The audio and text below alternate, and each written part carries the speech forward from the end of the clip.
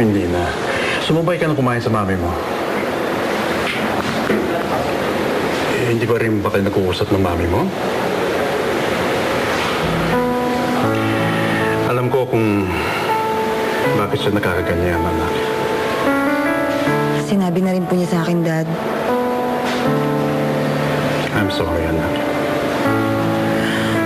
Dad, wala ka namang kasalanan dun eh. Maliban na lang kung hindi mo talaga kayang mahalin ng mami kasi dahil sa... Itsura niya? Anak, ang pagmamahal ay hindi pumipili ng anyo. Tanda mo yan, ha? Daddy,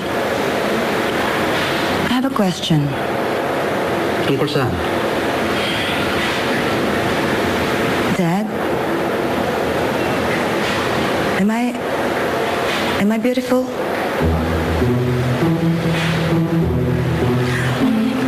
I will repeat the question, Dad. Am I beautiful?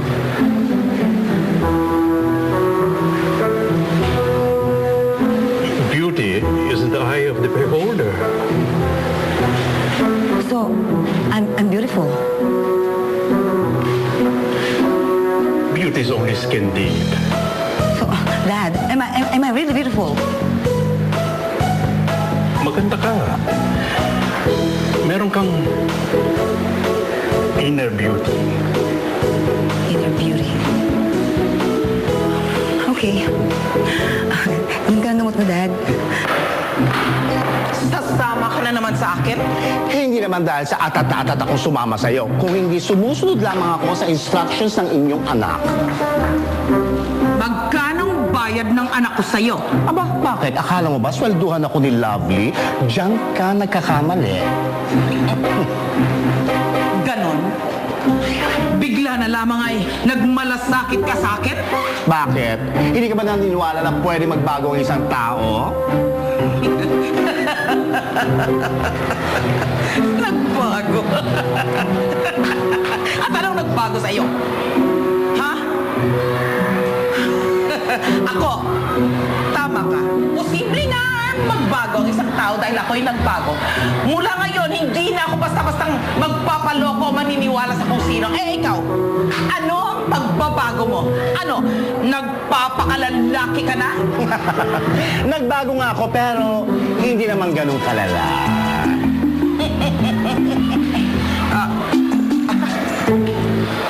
Hi, Tita Marikit. You look stunning today. Oh, I know.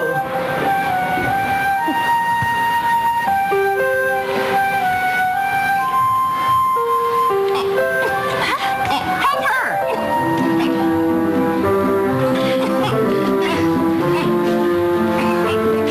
Yep. Thank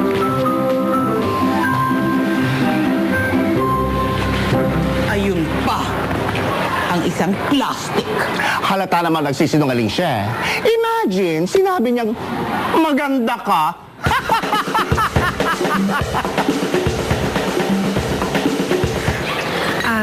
Tito, nakaka-estorbo ba ako? I can always come back. Hindi, Steph. Go ahead. Hi, lovely. Hi, Steph. Tito, this is the sales report from the company last year. And on the next page, it's for January. Sorry, Dad.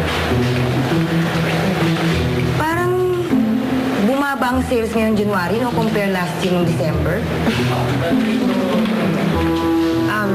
January sales are usually lowest.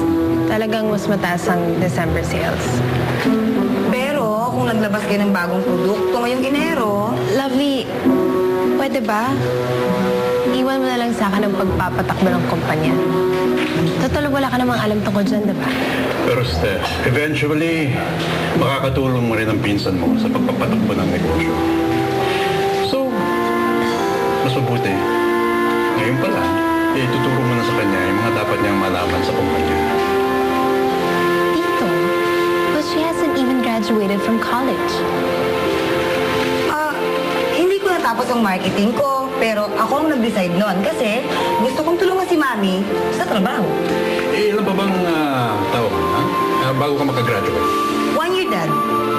Well, you'll continue your studies. And at the same time, well, you'll be working and start training in the company under Steph. Talaga, Dad? Huwag ka talaga, Dad. Thank you.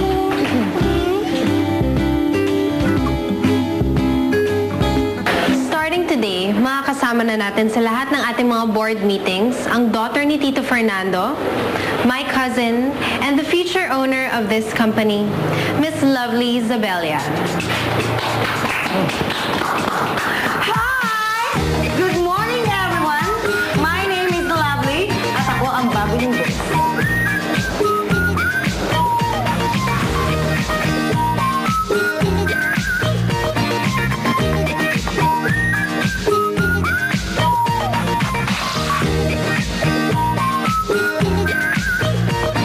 Rumampa na walang kaba all day.